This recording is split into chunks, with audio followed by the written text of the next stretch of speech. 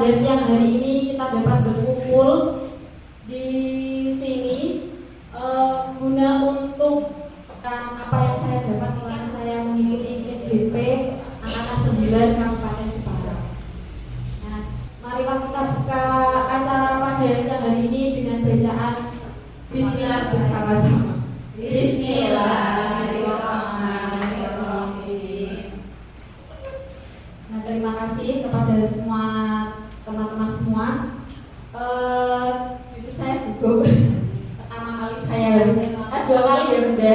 Dua kali saya harus bicara di depan seperti ini. Nah, saya ingin menyampaikan apa yang sudah saya dapat beberapa bulan ini selama saya mengikuti calon guru penggerak pendidikan guru penggerak Angkatan 9 Kabupaten Jepara. Nah, pada saat ini sudah dibuka pendidikan guru penggerak Angkatan 10 dan yang 10 sudah mulai pendaftaran dan yang 11 sudah dibuka.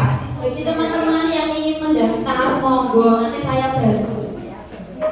Yang ingin mendaftar Angkatan 11 nanti saya bantu. Ya. Sekarang kita mulai deh. Di sini dengan tema kita yaitu diseminasi budaya positif.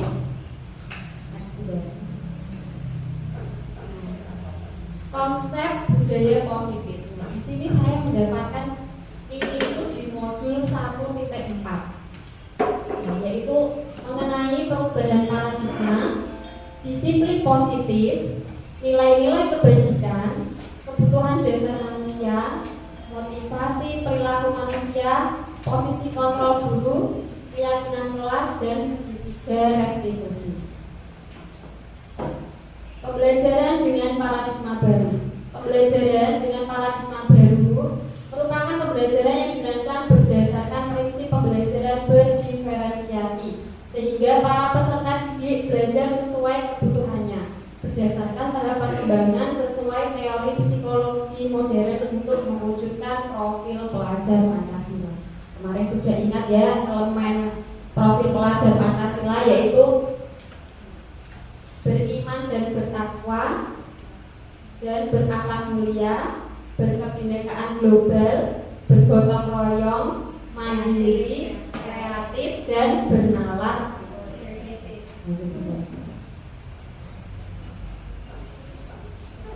Nah, di sini ada perubahan paradigma. Nah, di sini ada kegiatan kepala tangan.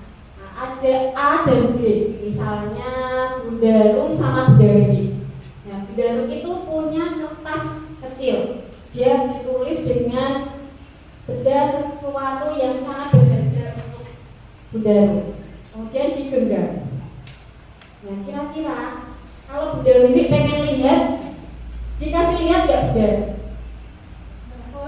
Nggak boleh. Meskipun dengan merayu, mengancam, menghardik, menyuap, apa saja, Bunda Rum tidak memberikan, tidak mau membuka. Rahasia. Itu kenapa ya kira-kira? Rahasia. Karena kira-kira yang punya kontrol itu siapa? Diri sendiri. Kita itu punya kontrol diri sendiri. Kita pengen buka apa tidak itu sesuai keinginan kita sendiri. Nah, miskonsepsi tentang teori kontrol. Nah, ilusi guru mengontrol murid. Sebenarnya itu salah, murid itu punya kontrolnya masing-masing. Kita juga sebagai guru kita punya kontrol masing-masing. Ilusi bahwa kritik dan membuat orang merasa bersalah dapat menguatkan karakter. Jadi kita masih mungkin saya juga masih belajar menyalahkan anak itu berarti kita tuh udah merasa yang paling benar. Ilusi bahwa semua penguatan positif, efektif, dan bermanfaat.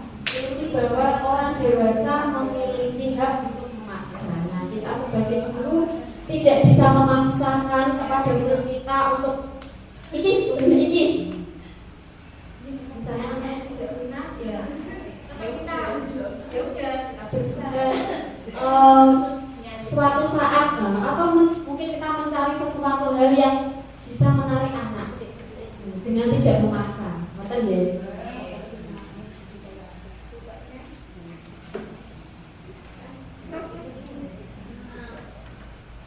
Mengubah paradigma stimulus respon ke pendekatan teori kontrol.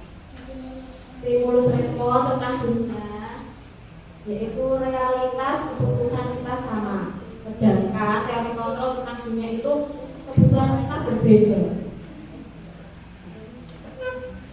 Semua orang melihat hal yang sama, sedangkan teori kontrolnya setiap orang memiliki gambaran yang berbeda.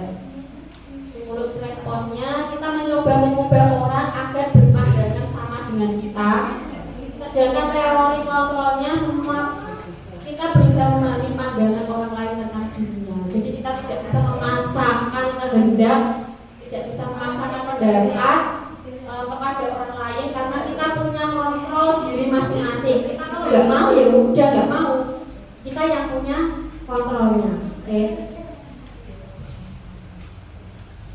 Nah, sekarang disiplin positif.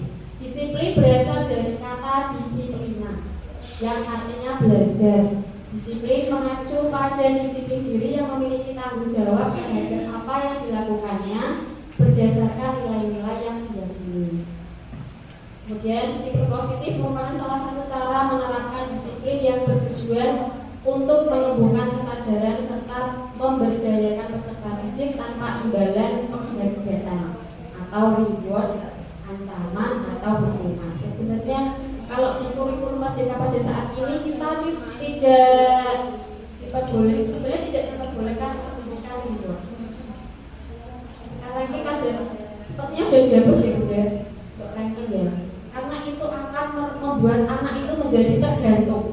Seperti saya dulu waktu kecil, saya itu biasanya dapat ranking.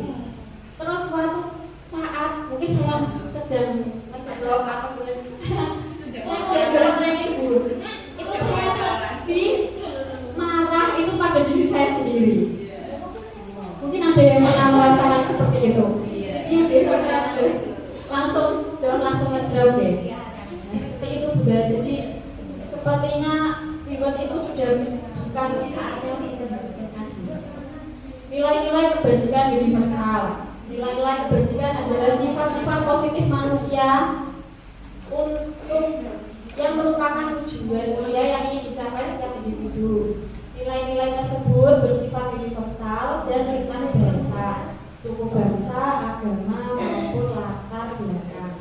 Setiap perilaku atau perbuatan memiliki satu tujuan. Dengan mengaitkan nilai-nilai kebajikan yang diyakini seorang, maka motivasi intrinsiknya akan terbangun sehingga menggerakkan motivasi dalam untuk mencapai tujuan mulia yang diinginkan. Nah, nilai-nilai kebajikan yang ingin dicapai oleh setiap anak Indonesia kita kenal dengan profil pelajar Pancasila, yaitu beriman, bertakwa kepada Tuhan Yang Maha Esa, dan berakhlak mulia, mandiri, bernalar kritis, berakhlak kebinekaan tunggal, bertanggung kreatif.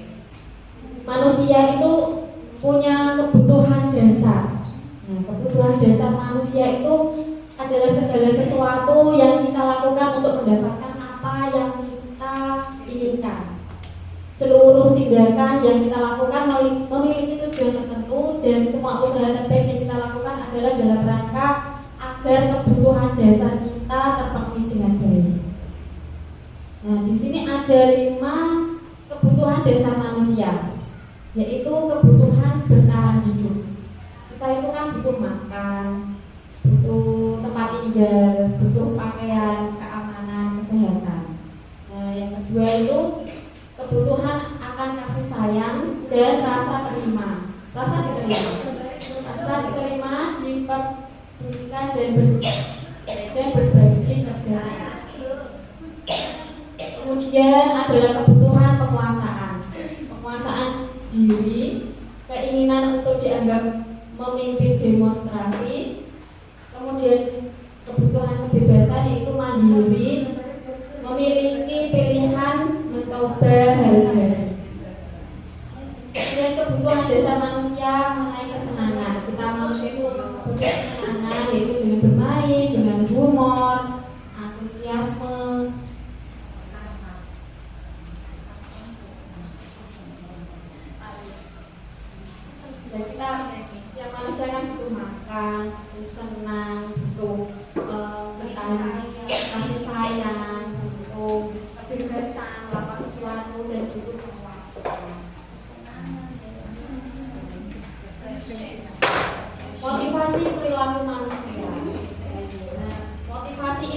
ada yang dari diri sendiri atau intrinsik, ada yang dari lingkungan atau ekstrinsik. Yaitu untuk menjadi orang yang mereka inginkan dan menghargai diri sendiri dengan nilai-nilai yang mereka percaya, itu motivasi yang berasal dari diri sendiri, yaitu motivasi intrinsik. Sedangkan untuk menghindari ketidaknyamanan, menghindari hukuman, atau untuk mendapatkan imbalan atau penghargaan, itu motivasi yang berasal dari luar. Jadi ada dua motivasi perilaku manusia.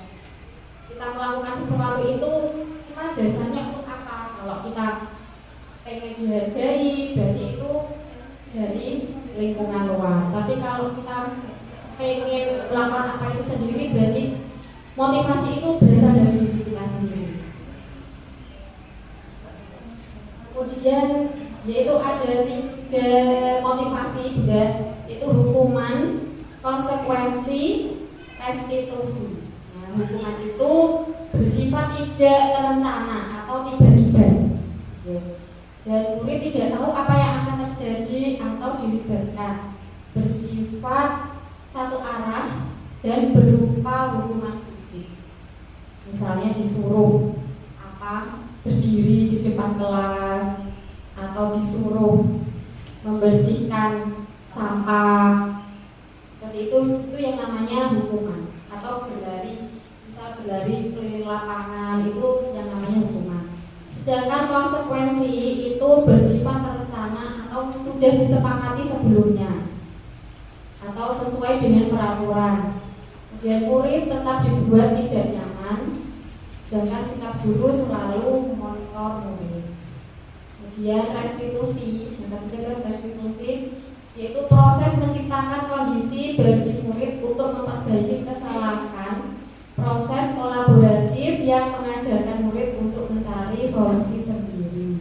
Jadi kita misal ada anak yang punya masalah atau membuat kesalahan, kita dengan memberikan pertanyaan yang dia akan mencari solusinya itu sendiri. Seperti kemarin saya itu ceritanya praktek praktek anaknya itu makan di dalam kelas.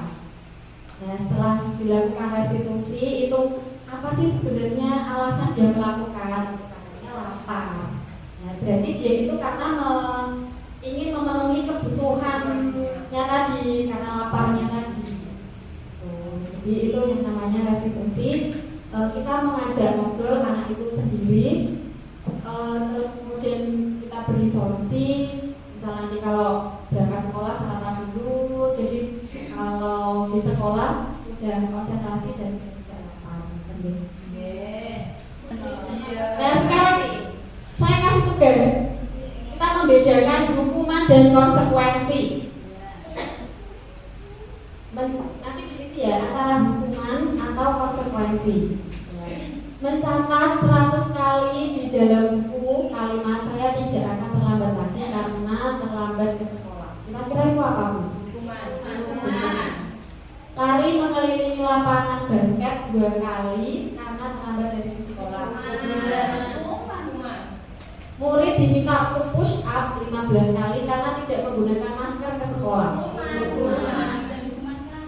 Menggantikan kertas tugas teman yang telah dicoret-coret. Konsekuensi.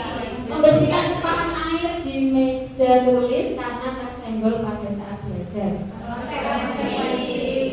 Murid disuruh untuk mengenakan sepatu seharian di sekolah karena tidak mengenakan sepatu di kampus. Maksudnya tidak boleh mengenakan sepatu. Itu termasuk hukuman atau konsekuensi? Hukuman itu. Lari mengelilingi lapangan basket 2 kali karena terlambat 10 menit untuk pelajaran PJOK. Next dari mana? Nanti ada jawabannya. Konsekuensi. Salah satu ya. Tepuk tangan berdek-dek semuanya. Berarti sudah paham antara hukuman dan konsekuensi ya. 90 nilai. Dia terlambat 10 menit konsekuensi sih, nek dia terlambat dia harus lari. Nek terlambat konsekuensinya 5 posisi kontrol dulu. sebagai guru mempunyai 5 posisi kontrol. Kita sebagai apa ya kira-kira? Satu, penghukum. 2, pembuat merasa bersalah. 3, sebagai teman. 4, pemantau. 5, manajer.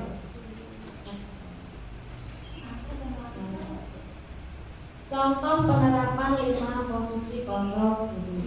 Di sini ada yang pertama, hormat pada bendera selama 1 jam.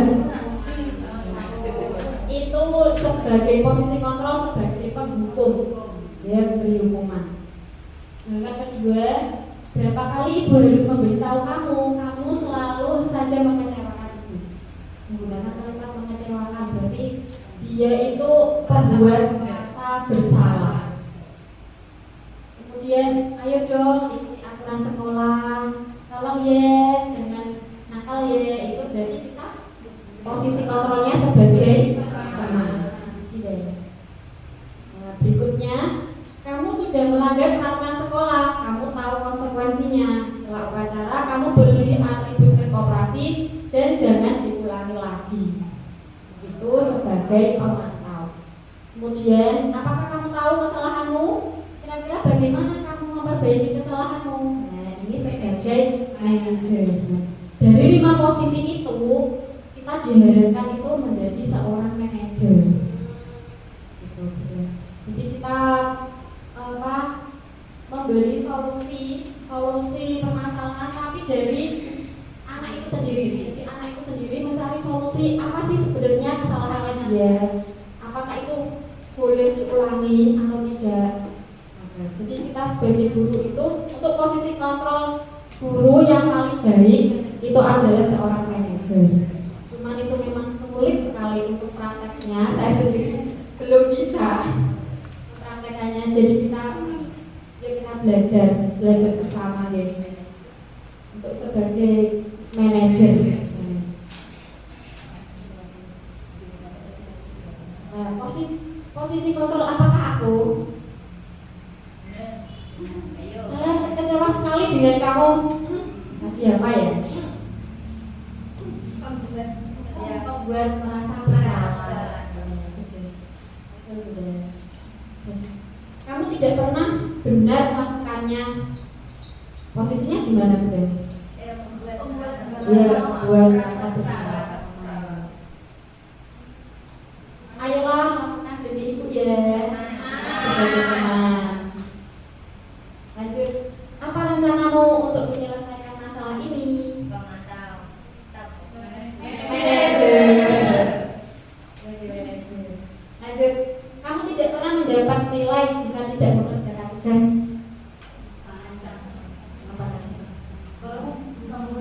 Pemantau. Sebenarnya bisa menjadi pemantau, bisa menjadi penghukum. Tapi sepertinya itu pemantau.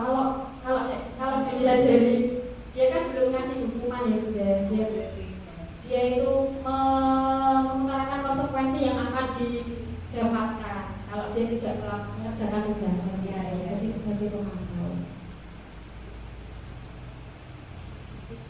Keyakinan kelas. Mengapa keyakinan kelas? Mengapa bukan peraturan kelas? Ayo.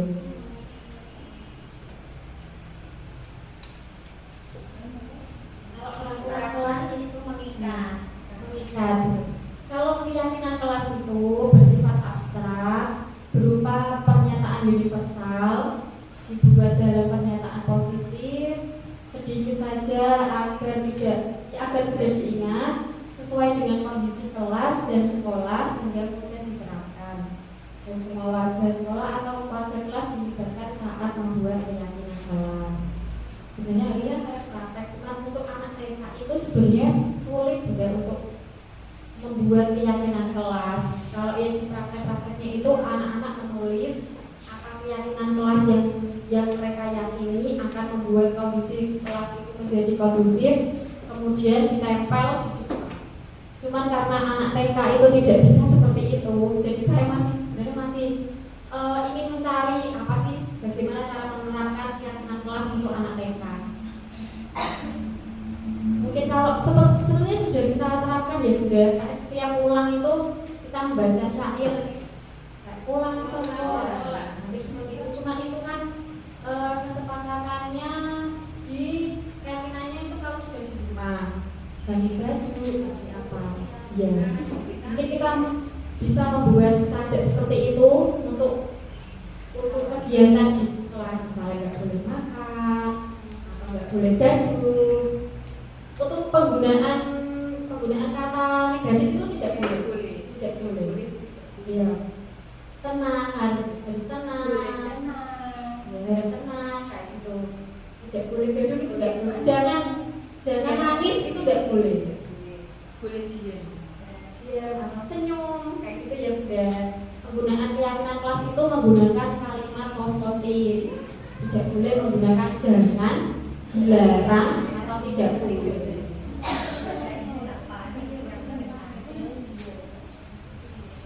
Segitiga restitusi, suatu proses dialog yang dijalankan oleh guru agar dapat menghasilkan murid yang mandiri dan bertanggung jawab. Dari segitiga restitusi itu di sisinya sini ada yang pertama menstabilkan identitas, yang kedua validasi tindakan yang salah, yang ketiga menanyakan keyakinan. Menstabilkan identitas berdasarkan prinsip membuat kesalahan adalah dari proses pembelajaran. Dari menstabilkan identitas itu kita sebagai manusia itu kita tidak menyalahkan. Jadi itu kita tuh kayak proses apa ya, mencari solusi masalah anak, tapi yang awal itu dengan cara menstabilkan identitas, yaitu misalnya seperti kemarin saya itu murid saya ada yang makan di dalam kelas. Kemudian menstabilkan identitas yang saya lakukan itu dengan cara nggak apa-apa, setiap manusia itu pernah berbuat salah. Kemudian juga kalau lapar juga makan kayak gitu. Terus seperti kita itu apa? Kalau kita itu sama sebagai manusia juga pernah melakukan salah. Nah, seperti contohnya berbuat salah itu wajar. Tidak ada manusia yang sempurna. Ibu juga pernah melakukan itu. Ibu tidak mau mencari siapa yang salah, tapi ibu ingin mencari solusi dari permasalahan ini. Dan kamu berhak merasa begitu. Jadi tidak kita langsung menyalahkan anak itu, tidak boleh. Kita melakukan namanya menstabilkan identitas biar anak itu tidak langsung merasa kecewa, merasa disalahkan. Berikutnya, validasi tindakan yang salah. Berdasarkan prinsip setiap perilaku berupaya memenuhi suatu kebutuhan tertentu. Nah, kamu pasti punya alasan mengapa melakukan hal itu. Padahal kamu bisa melakukan yang lebih buruk daripada ini ya. Kamu patut bangga karena telah melindungi sesuatu yang penting buatmu. Kamu melakukannya karena mempertahankan sesuatu yang penting bagimu. Maksudnya gini, validasi tindakan yang salah itu setiap orang pasti punya kesalahan dan pasti punya alasan. Alasannya apa melakukan hal itu? Seperti itu. Oke. Tiga, menanyakan keyakinan berdasarkan prinsip teori kontrol bahwa pada dasarnya kita termotivasi secara implisit. Jadi tadi misalnya kita udah buat keyakinan kelas, misalnya makan di saat istirahat, misalnya keyakinan kelasnya seperti itu. Lalu anak tadi kan menstabilkan identitasnya, setiap manusia pasti butuh makan. Terus yang kedua melakukan validasi tadi, alasannya karena lapar, karena belum sarapan. Menanyakan keyakinan. Keyakinan ini, keyakinan kelas kita itu apa? Berarti dia tadi sudah melanggar keyakinan kelas yang sudah dibuat. Lalu guru juga berusaha mencarikan solusinya apa? Biar kamu nggak makan di kelas, biar kamu misalnya waktu istirahat makannya waktu istirahat aja, maka dia bisa sarapan sebelum berangkat sekolah. Mencari solusinya sendiri.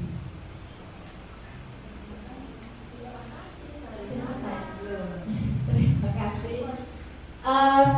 Mungkin sekian dari saya. Mungkin ada beberapa, saya buka pertanyaan dari bunda-bunda yang mungkin ingin bertanya mengenai materi yang sudah saya jelaskan tadi.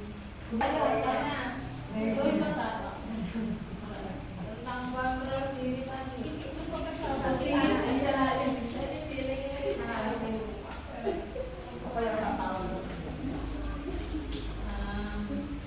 Assalamualaikum warahmatullahi wabarakatuh. Saya ingin bertanya tentang kontrol yang tadi, kontrol diri.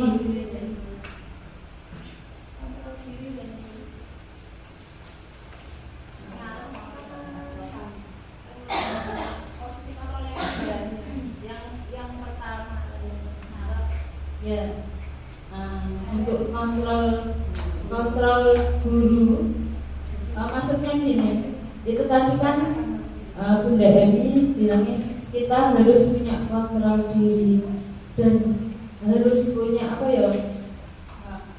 Kalau nggak mau ya memang nggak mau gitu kan? Nah itu sebenarnya itu untuk sebuah organisasi antara nih ketua sama bawahan apa untuk anak-anak sama bundanya gitu.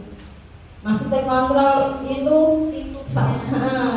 maksudnya gini, kalau untuk bundanya sama ini bundanya mengarahkan anak-anak harus buat ini gitu kan. Nah anak-anak ada yang nggak mau, mungkin nggak mau bunda, aku nggak mau, dan itu harus seperti itu apa ya betul, dibiarkan apa harus gimana gitu maksudnya. Terima kasih.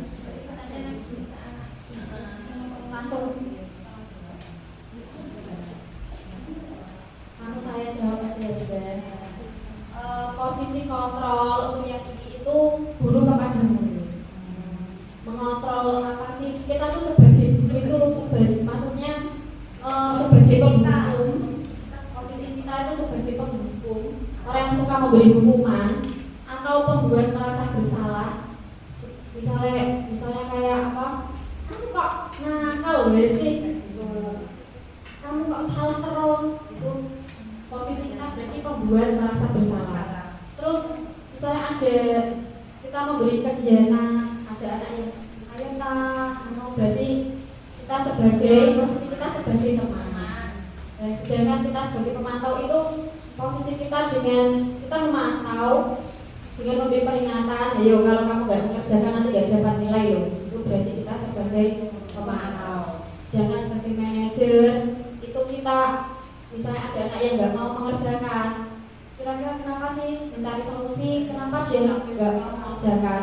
Apa karena dia memang merasa itu sulit bagi dia atau bagaimana? Mungkin kita bisa mencarikan cara solusi untuk dia mau menyelesaikan tugasnya tersebut. Berarti antara guru dan murid. Kalau yang tadi budaya yang di depan kontrol tadi itu kontrol diri itu maksudnya kita sebagai manusia. Manusia itu ya manusia yang universal. Bahwa kita itu setiap manusia itu punya kontrol diri. Bukan berarti kita disuruh ini terus tidak mau gitu. Cuman ada hal yang mungkin kita itu tidak bisa dipaksakan. Itu ceritanya itu kayak ibaratnya sebagai murid yang ya kayak murid kan nggak bisa kita sebagai manusia itu kita memaksakan kehendak orang lain. Kita memaksakan pendapat, dunia ini kamu harus sama kayak aku kan nggak bisa. Cuman kalau kita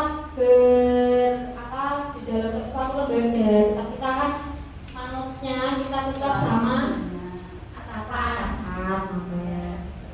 Kita maksudnya kita di dalam masyarakat itu kita tidak bisa memaksakan kehendak kita. seperti itu, kayak seperti kita kepada murid, kita tidak bisa ayo kita memaksa pun. Kalau anaknya memang tidak mau ya malah nangis.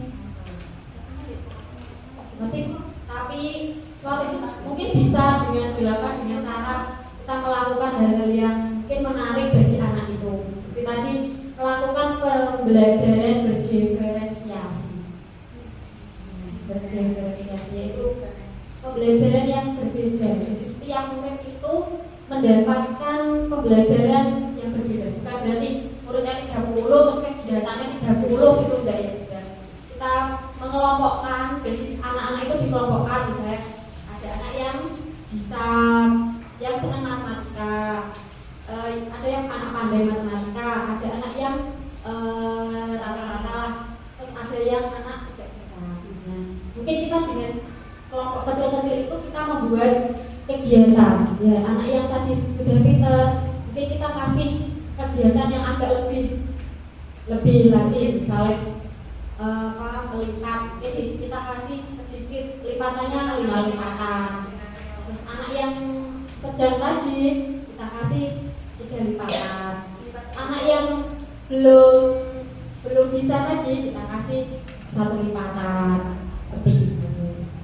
Jadi sebagai guru pasti kita harus selalu belajar. Di sini saya sangat masih belajar banyak. Saya juga ingin mengajak bunda-bunda semua itu belajar bersama.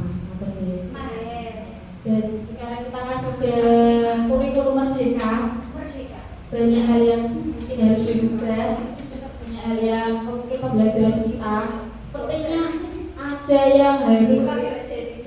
Kalau misalnya nanti setiap seminggu sekali kita buat acara kayak nonton bareng itu berikut.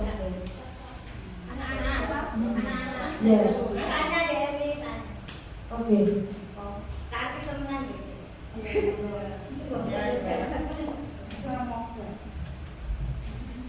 Kira-kira yang apa tadi validasi aja deh. Ya tak enak ya sebelumnya. Kan kita guru itu seolah-olah itu kita pernah merasa kita pernah melakukan kesalahan, kita itu loh tadi apa itu yang pokok itu. Anak itu dikasih tahu itu apa enggak malah merasa seolah-olah kesalahannya itu dibenarkan gitu loh. Berarti dia itu boleh melakukan kesalahan, enggak seperti itu kalau masih TK loh ya.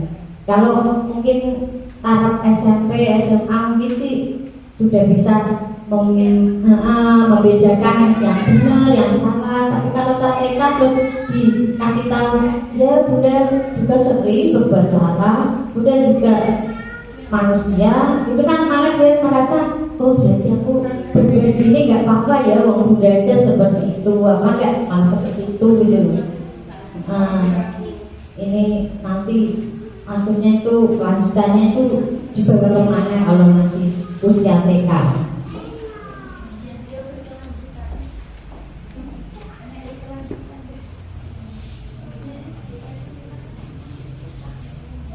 Ya, terima kasih pertanyaan dari Bunda Neng. Maksudnya tadi validasi, ini bukan validasi, tapi menstabilkan identitas. Maksudnya Bunda. Nah, di sini kan ada segitiga. Ini tuh ada 3 tahapan. Ya, pertama itu kita menstabilkan identitas. Jadi kita nggak langsung menyalahkan. Kamu itu udah langsung malah makan di dalam kelas. Maksudnya kayak gitu. Jadi kita biar anak itu tadi tuh nggak apa-apa, tapi tetap ya dia itu yang manusia itu memang butuh makan, atau yang manusia itu punya kesalahan. Kita nggak apa-apa, itu kan tetap ada lanjutannya. Udah dari kita menstabilkan identitas, kemudian kita di tahap kedua yaitu validasi tindakan yang salah. Nah, misalnya kayak tadi kan nggak apa-apa, setiap manusia itu punya kesalahan. Nah, kamu tadi kira-kira salah apa benar? Terus dia ditanya, kita tanya anaknya, terus kemudian anaknya misalnya jawab, nggak salah, misalnya benar nggak salah, benar nggak salah. Lalu benar nggak salah, misalnya kayak gitu. Terus akhirnya misalnya dia mengakui ya bunda saya bersalah. Jadi bukan terus cuma minta ya sudah apa, aku ya begini kok, misalnya kayak gitu. Ada terusannya udah. Jadi dari menstabilkan identitas itu kita melakukan validasi tindakan yang salah. Kira-kira tadi kamu ngapain kok sampai bunda panggil ke sini? Ya, berarti ada tindakan yang salah yang dia lakukan. Terus jadi tanya, karena apa tadi yang kok sampai kamu kayak gitu tadi itu kenapa? Setiap manusia kan punya alasannya. Alasannya apa dia melakukan itu? Gitu.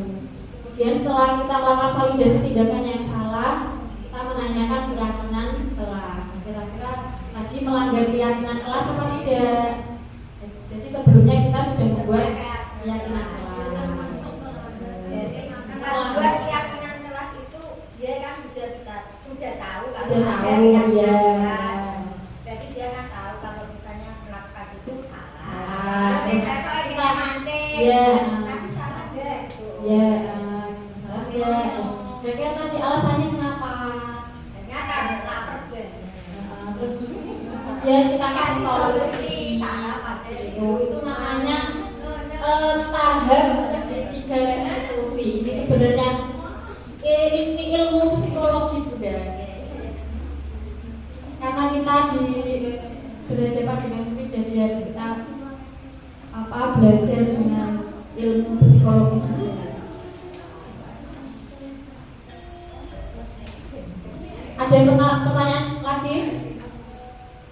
Udah 5 mungkin?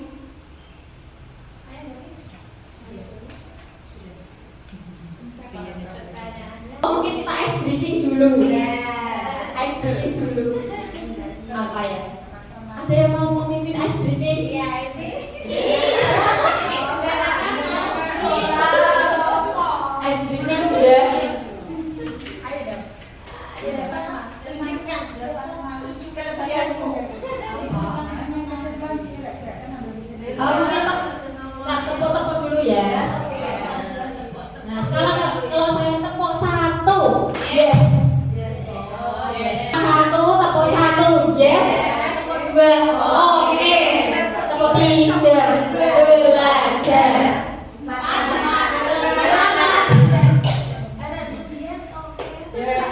Ketiga, semangat. 4, konsentrasi. 5, siap belajar. Yes, oke, semangat. Konsentrasi, siap belajar. Oke. Ya siap. Tepuk 2. Oke. Tepuk 3. Semangat. Tepuk 4. Konsentrasi. Tepuk 5. Siap belajar. Tepuk 1. Tepuk 4. Konsentrasi.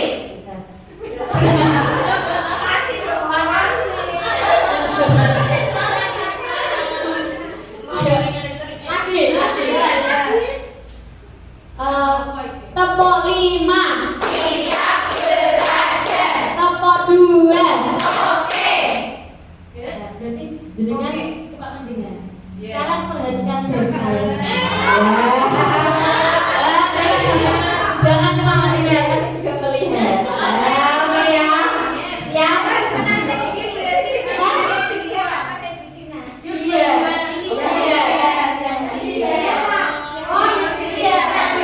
Iya. Tepuk 1.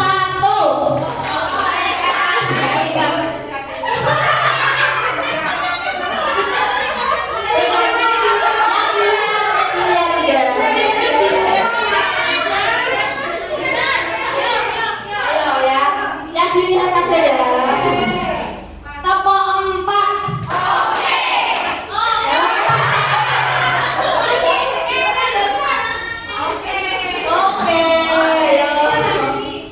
Tepuk 3. Siap belajar. Tepuk tangan buat juga. Udah siap tapi konsentrasinya tetap full, tetap terjaga ya. Jangan lupa dimakan.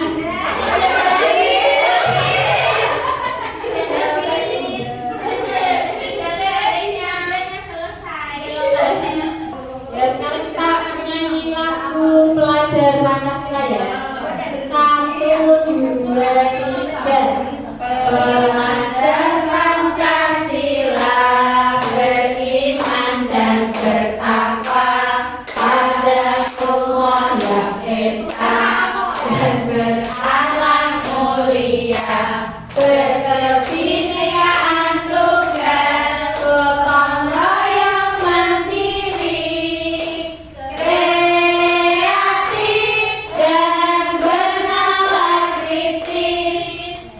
Lagi satu kali lagi ya.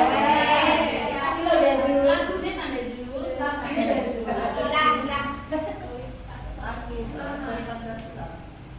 Satu, dua, pakai Pak.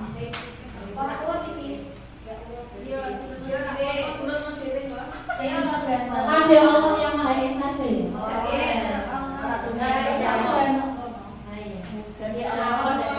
Belajar Pancasila, beriman dan bertakwa pada Allah yang Esa, dan berakhlak mulia, berkebinekaan global, gotong royong mandiri, kreatif dan bernalar kritis. Tepuk tangan dan berdiri kan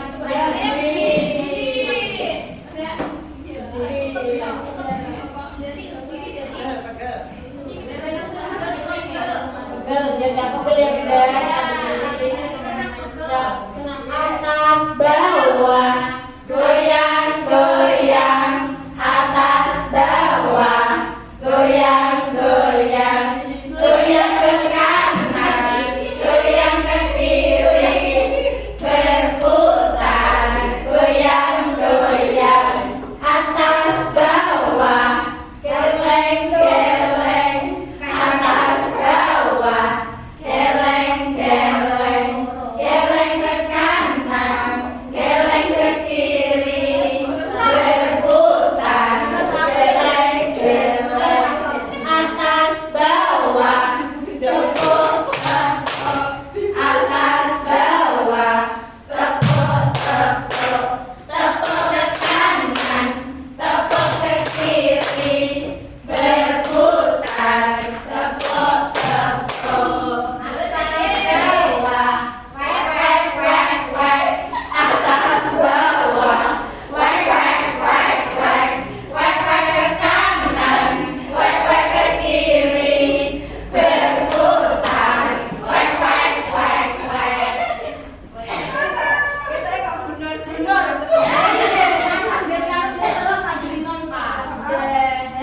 Hari Minggu ku turut ayah ke kosan, naik delman istimewa, ku duduk di muka, duduk bersama Pak Kusir yang sedang bekerja, mengendarai kuda supaya baik jalannya. Tuk-tik tak-tik, tuk-tik tak-tik, tuk-tik tak-tik, tuk. Tuk-tik tak-tik, tuk-tik tak, salah satu kuda. Tuk-tik tak-tik, tuk-tik tak-tik, tuk-tik tak-tik, tuk. Tuk-tik tak-tik, tuk-tik tak, salah satu kuda. Terima kasih Bunda-bunda semua. Terima kasih semangatnya, dukungannya kepada saya. Mungkin ada yang masih ditanyakan lagi, dia tidak penasaran. Nanti kalau di rumah saya sudah tidak melayani pertanyaan. Ada tarifnya kalau Ya, bayar. jangan aja nanti di rumah terngiang-ngiang, bayang-bayang. Oh siap, bener kan?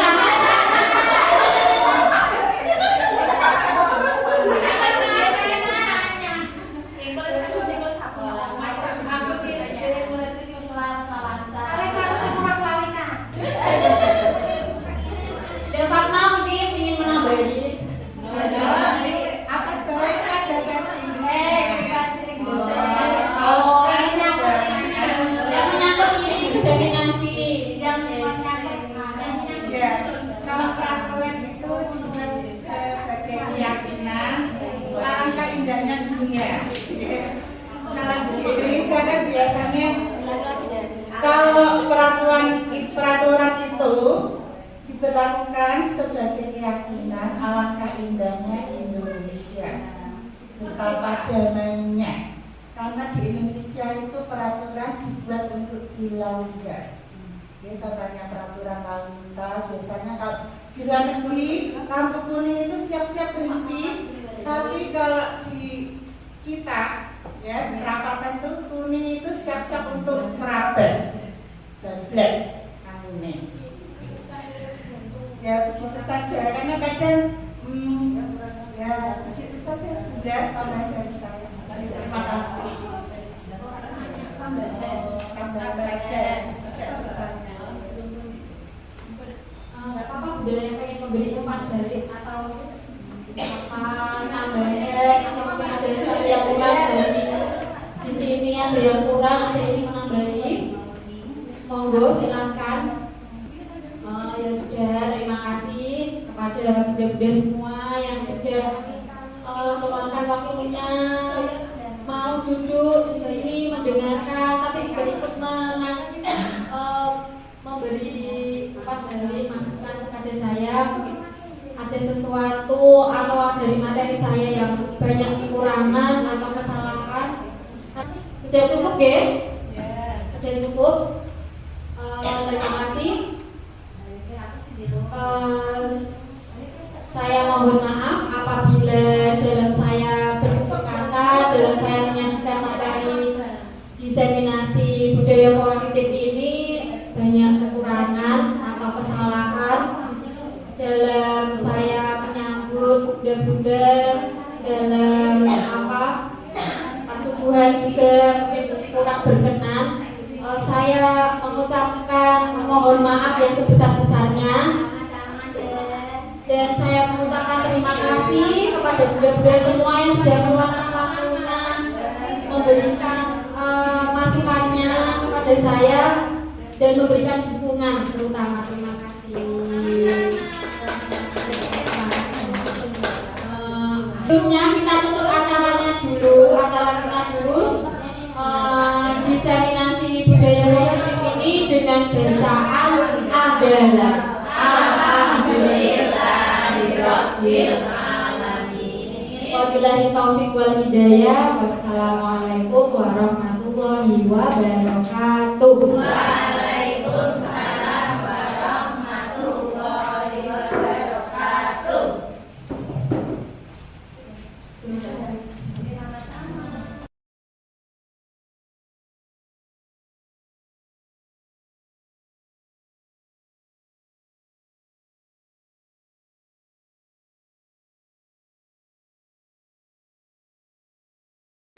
Assalamualaikum warahmatullahi wabarakatuh.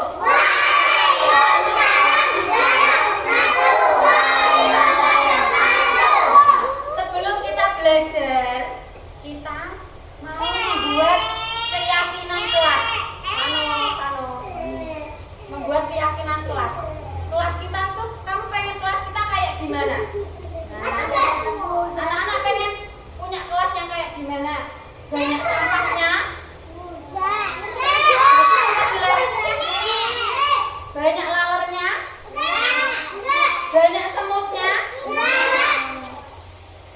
Pengen punya kelas yang gimana? Yang bersih. Terus teman-temannya gimana? Senang gelutan? Senang bertengkar? Nggak boleh ya. Senang koyok-koyokan? Nah, kita harus sepakat, kita harus membuat keyakinan kelas bahwa kita itu harus menjadi anak yang gimana? Anak yang soleh. Terus kelasnya harus gimana? Bersih, biar belajarnya nyaman, belajarnya seneng ya anak-anak ya. Kira-kira kalau bertengkar terus sama teman-temannya, belajarnya gimana? Jelek, nanti ada yang nangis. Ya, Kak Sabil, mana Kak Sabil? Ya. Boleh coret-coret tembok? Boleh enggak buang sampah sembarangan?